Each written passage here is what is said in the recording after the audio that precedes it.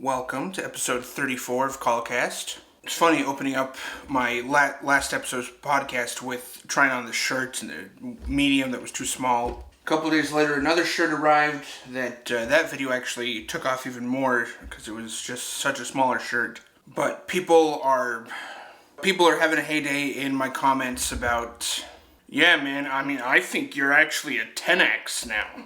Like a size 10X.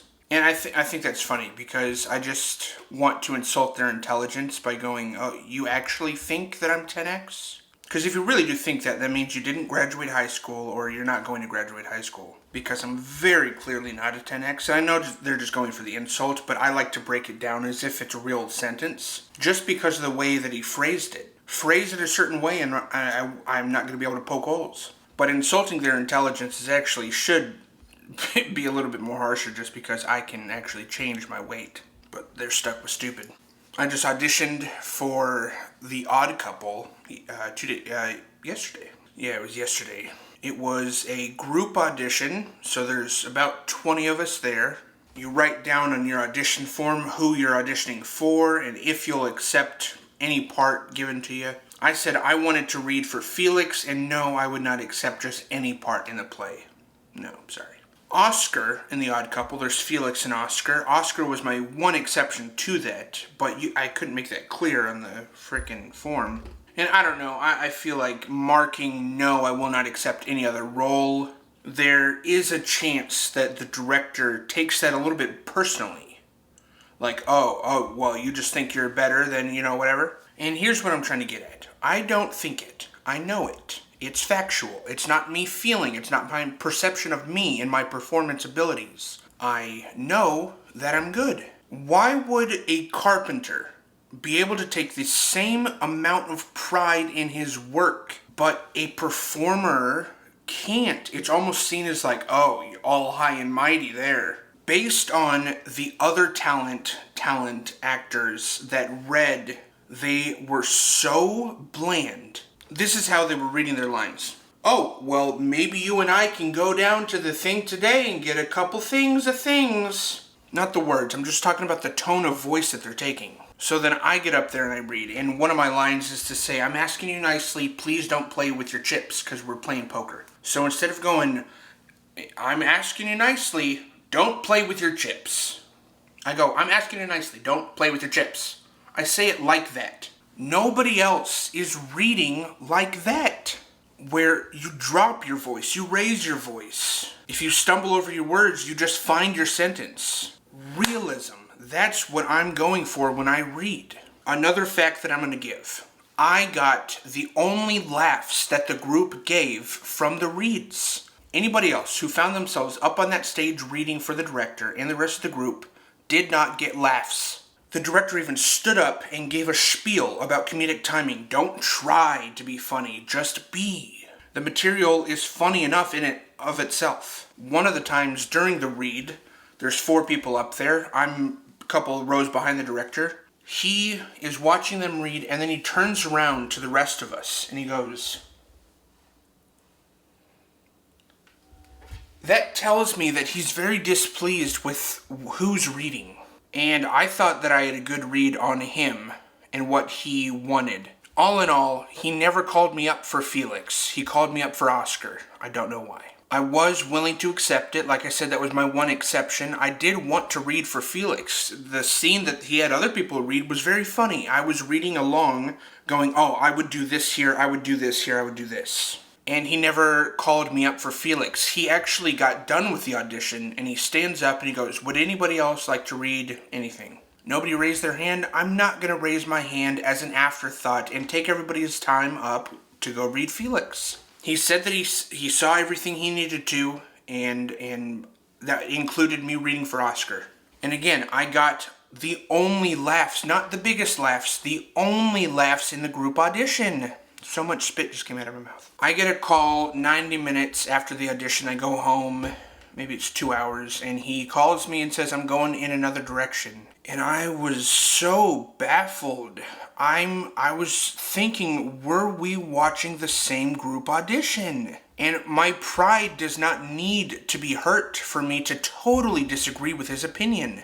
For example, if you took one foreman, construction foreman, and he had 4 guys ready to be hired, but he can only fill one position, he says to these 4 men, build me a house individually. You build a house, you build a house, you 2 build your own houses. In those 4, say that there's one who just has a technique about how he frames his houses that is unlike the other ones, and that ends up being factual. Like this guy builds his house and he goes, my foundation is so much sturdier than what the other guys have used. That would not be his perception, that would be fact. And then the foreman hires one of the other 3 with one of the weaker houses. That good carpenter has every right to be upset. Like, if you wanted the best product out of the project that you're doing, the house, the play that you're putting on,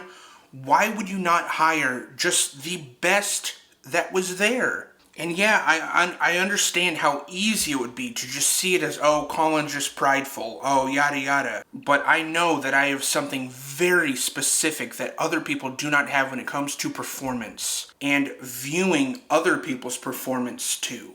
So I actually sent that director an email before the weekend. You know, I don't expect him to respond or even read all of it, but I was standing my ground saying, dude, I do not think you know what you're doing. I can't even fathom the fact that we were viewing the same audition together. How can you deny the fact that I was the only one that got laughs when you gave a spiel about how to be funny in this play, and I was funny? Whatever. I mean, best of luck.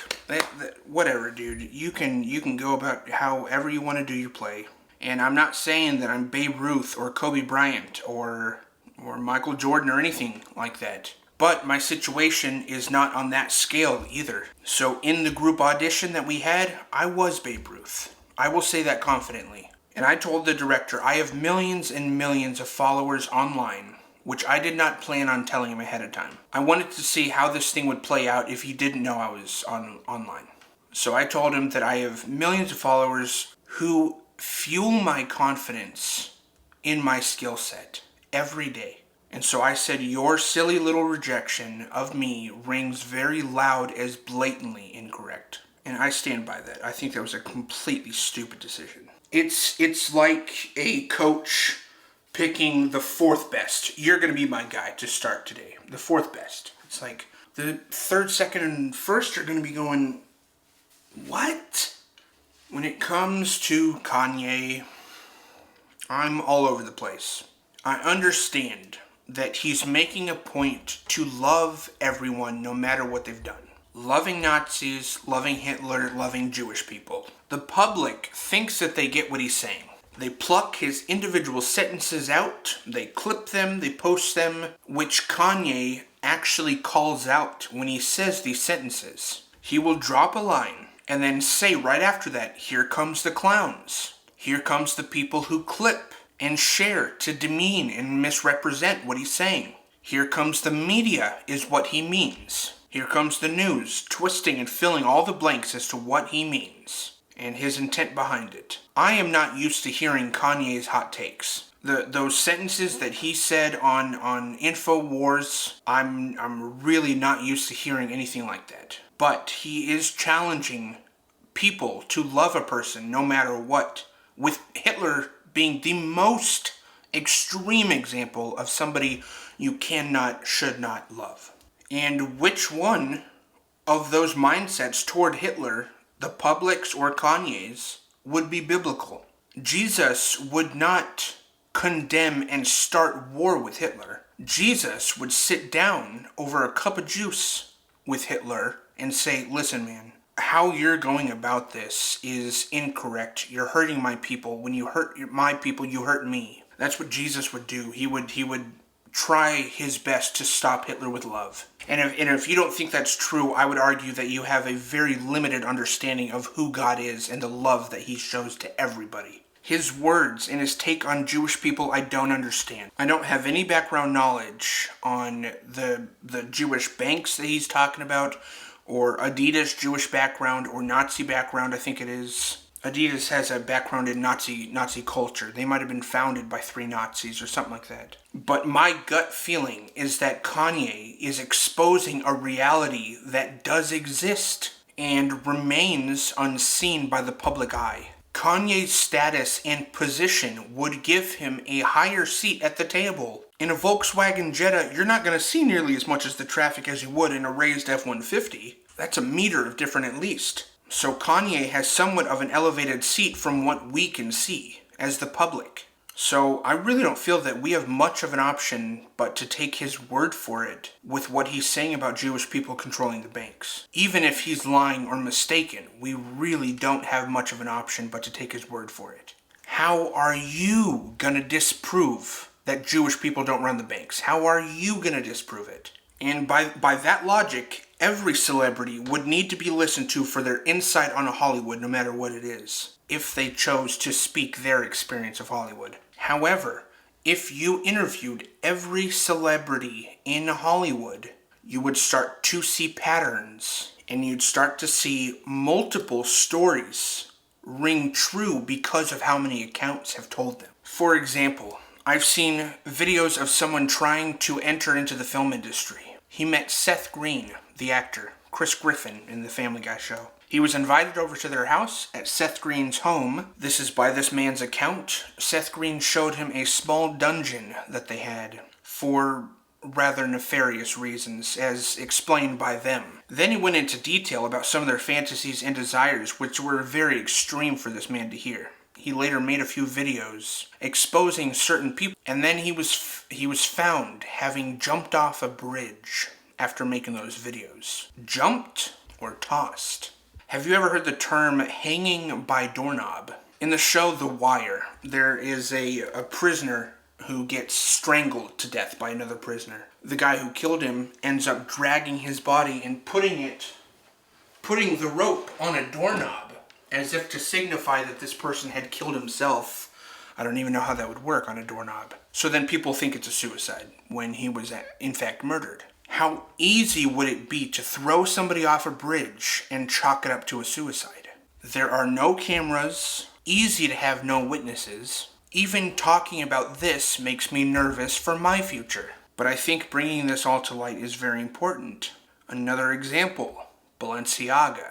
Balenciaga is a fashion mogul in the fashion industry. I do not encourage people to go look this up on Google. I don't. If you can't help it, if you find yourself curious enough, be extremely careful. I watched a couple video essays, and the creators did not stray from showing the pictures, and they're not graphic by any means. I don't mean that. But the theme of Balenciaga's new campaign, the theme of their photos, involved kids in very adult situations. They got so much backlash that they deleted every post on their account and left an apology. 14 million followers on Instagram.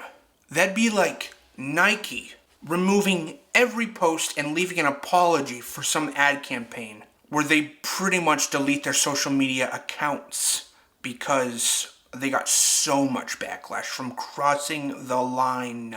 Again, if you're a parent with small kids, I would only ever look this up by yourself after bedtime.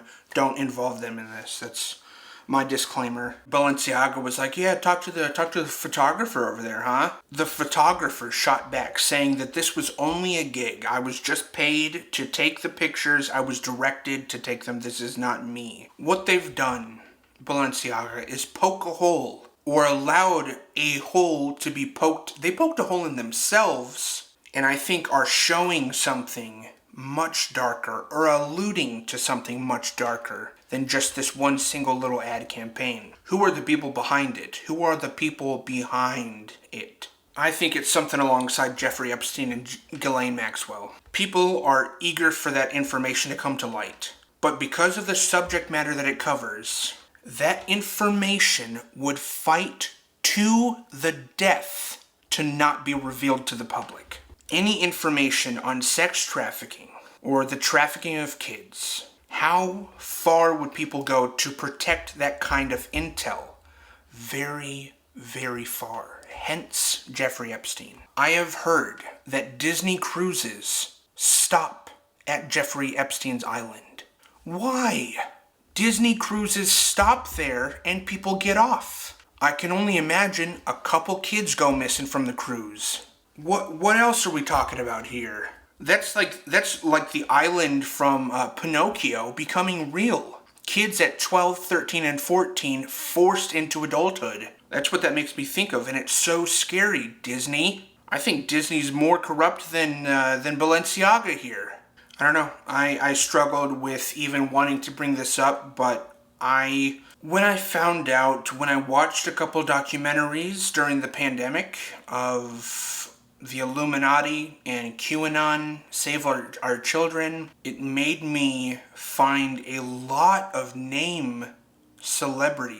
name celebrities, very suspect now. People like Seth Green. That same guy who went over to Seth Green's house, in those same videos, he called out Steven Spielberg and Tom Hanks for the same thing. So no wonder he was tossed off a bridge. And yeah, I mean, if you want to chalk it up to being a suicide, I guess you're fully allowed that opinion. I really don't have that many ways of denying that opinion. It's just chalked down to belief for me. Just like if you're to go, God's not real, and I go, yes, he is. There's no fact there. It's just belief. We're just stating beliefs. We're not even disputing fact. I don't know why we're acting like we are. But I think that was my episode. I just wanted to talk about some frustrating things that are happening in the world and in kind of my life with the group audition there. My lease to this apartment is actually up end of February, and I'm considering other places to reside. Tri-Cities, Washington is very appealing to me, and Texas, possibly Texas, for many different reasons. I think both of those moves to Washington or to Texas would warrant a year committal to sobriety and a health, I don't even know what to call it. I mean, a health journey, sure, yeah, whatever, but there is a guy who owns a gym and who does stand-up comedy in Tri-Cities who is often in my live streams trying to get me to go. And knowing that he's there really does help. Tristan Malu, my roommate in college, I would look to him as an accountability partner and frequent collaborator. My grandparents live in Washington. I would hopefully, I haven't brought this up to them, but I would hopefully reside with them. And I would also help them transition into their 80s because my grandpa is turning 80 in April. So I think that's my episode. Before that starts stinking, okay, I'm gonna get out of here before that starts. It's about to. It's here. I'm so sorry, guys. Okay, I'm sorry. Can you smell that? All right, maybe you need a mask. Anyways, bye, guys. Love ya. Thank you for listening to my kind of rants here, but I do find them important. I find it important that people open their eyes to some of the darkness that is in this world. So yeah, bye. Wow, that stinks so bad.